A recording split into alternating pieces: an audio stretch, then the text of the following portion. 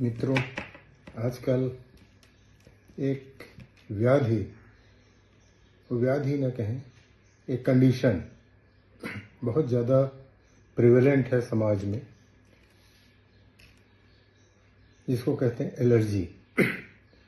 अक्सर लोग मेरे पास आते हैं और कहते हैं साहब मुझे एलर्जी है, इसकी जांच कर दीजिए।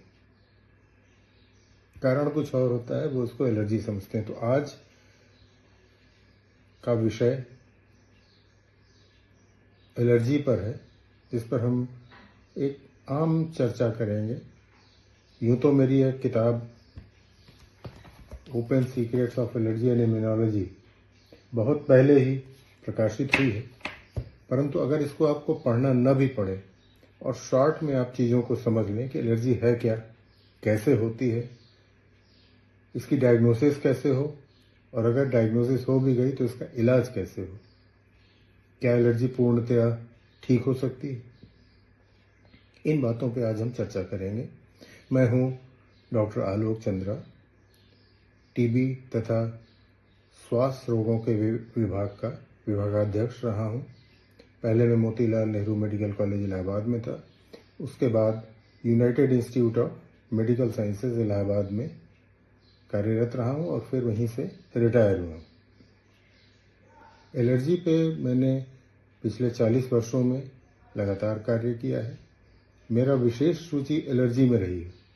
तो आज मैं आपके सामने मुखातिब हूँ ये बताने के लिए, इस शॉर्ट में, बहुत ही संक्षेप में, एलर्जी है क्या। देखिए, ऐसा है कि किसी भी एक्शन का दूसरा रिएक्शन होता है, ये तो आप जानते हैं। शरीर को ईश्वर ने इस प्रकार बनाया है, कोई भी बाहर का तत्व अगर हमारे अंदर आता है तो उसका हम रिएक्शन करते हैं। एक नॉर्मल आदमी जिसको एलर्जी नहीं है वो भी यही करता है, मैं भी यही करता हूँ, आप भी यही कर रहे हैं। लेकिन जिस किसी को अगर एलर्जी है तो उसमें एक विशेष प्रकार की इम्यूनोग्लोबुलिन होती है। शरीर में 5 प्रकार की इम्यूनोग्लोबुलिन होती है, कुदरत ने दिया है, जो कि रोग से लड़ने के काम आती है।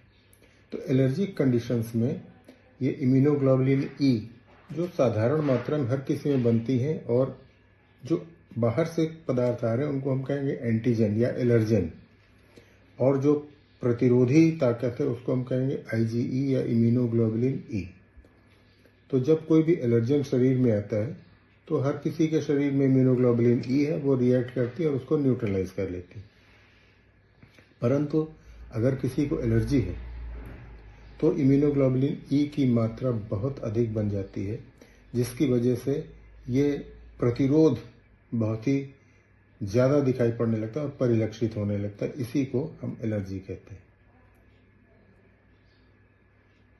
अब आइए यहीं पे जानते चले कि एलर्जी के रोग हैं क्या क्या। पहला तो है नज़ला या जुकाम, साइनोसाइटिस भी कहते हैं।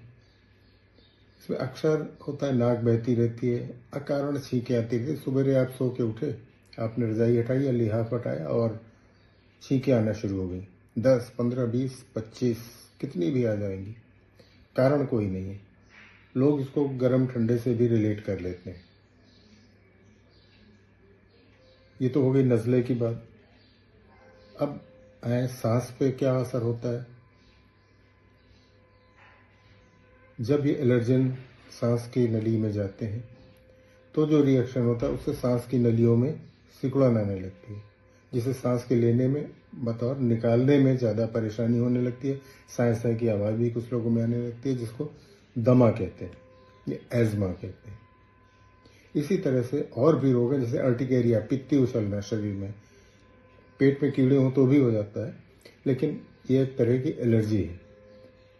एयरबॉर्न कॉन्टैक्ट डर्मेटाइटिस, खुली आंख से मोटरसाइकिल चलाती हुई आप जा रहे हैं, आंख में कोई ऐसी चीज़ लगी जिससे कि आंखें लाल हो जाती है, आंखों की एलर्जी, या फेस पे कुछ एलर्जन ऐसे लगे जिसकी वजह से एक दाने से निकल आए, एयरबॉर्न कॉन्टैक्ट डर्मेटाइटिस। आइए अब जानते चलें कि इस तरह की बीमारियां हैं, अगर आपको लक्षण आ रहे हैं तो इसका कारण क्या है। कारण है, कुछ विशेष कारण है, जैसे कि हवा में होने वाले परागकण।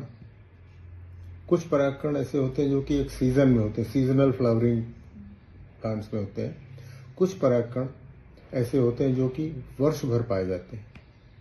तो ऐसे रोगों को सारे वर्ष, अगर नज़ला है तो सारे वर्ष नज़ला रहेगा, या अगर सीजनल है तो सीजन में ही होगा। जैसे कि बात करें अगर सरसों की, सरसों आपने देखा होगा फरवरी मार्च में खूब फूलती, पीले पीले फूल खूब आते हैं खेतों में।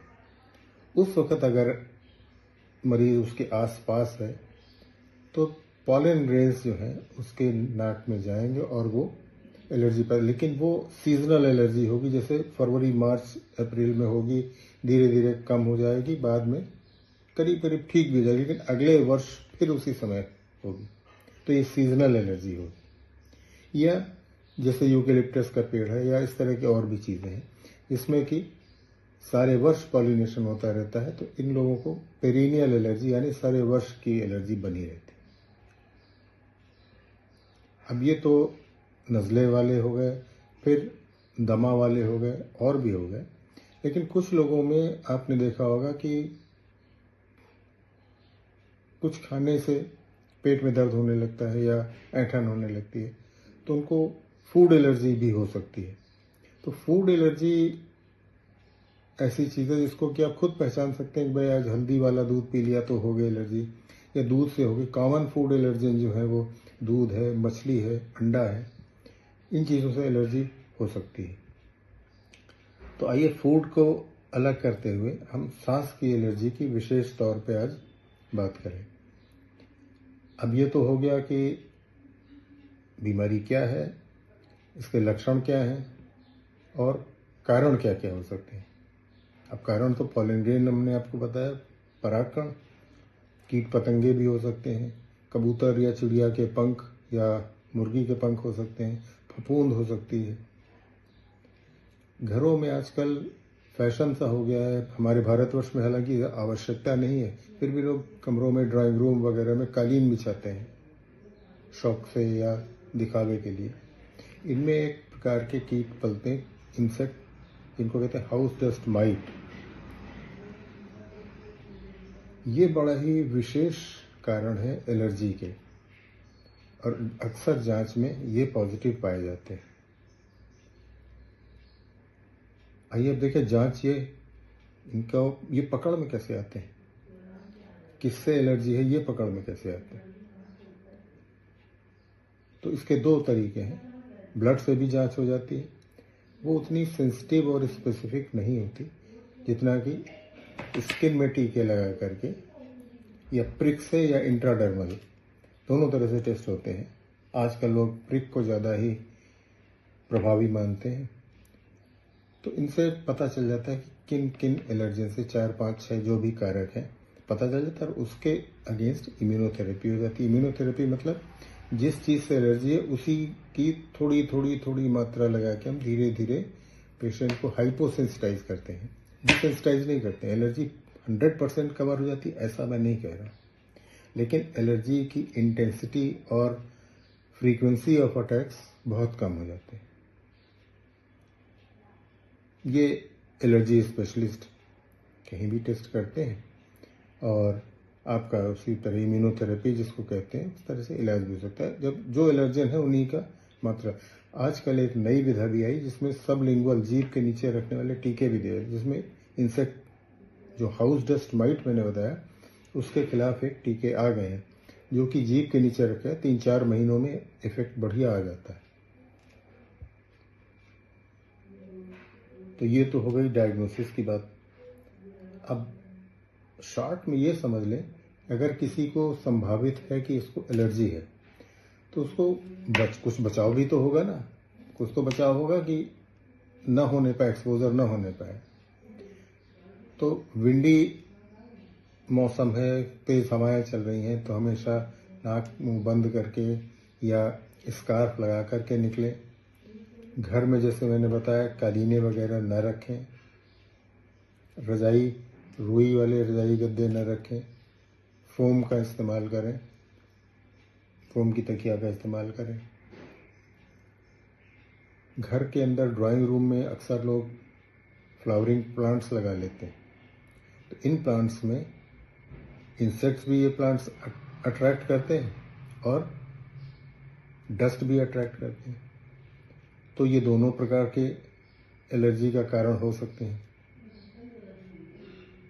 बचाव के ये कुछ आम कारण है। ठंडा गर्म होने से बचें। एकदम एसी में बैठे हैं आप तो एकदम निकल के दरवाज़ा खोलने ना चले जाए, तो एकदम गर्म ठंडे गर्म से आप अटैक पड़ सकता है, या नज़ले का या दमा का इस तरह का अटैक पड़ सकता है।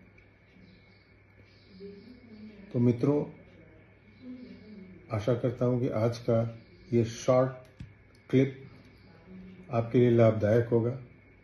अगर आप किताब नहीं भी पढ़ेंगे तो भी आपको एक बेसिक सा आइडिया मिल जाएगा कि एलर्जी क्या है, क्यों होती है, कैसे होती है, किन लोगों में होती है, कैसे जांच कराएं और क्या इसका उपचार संभव है।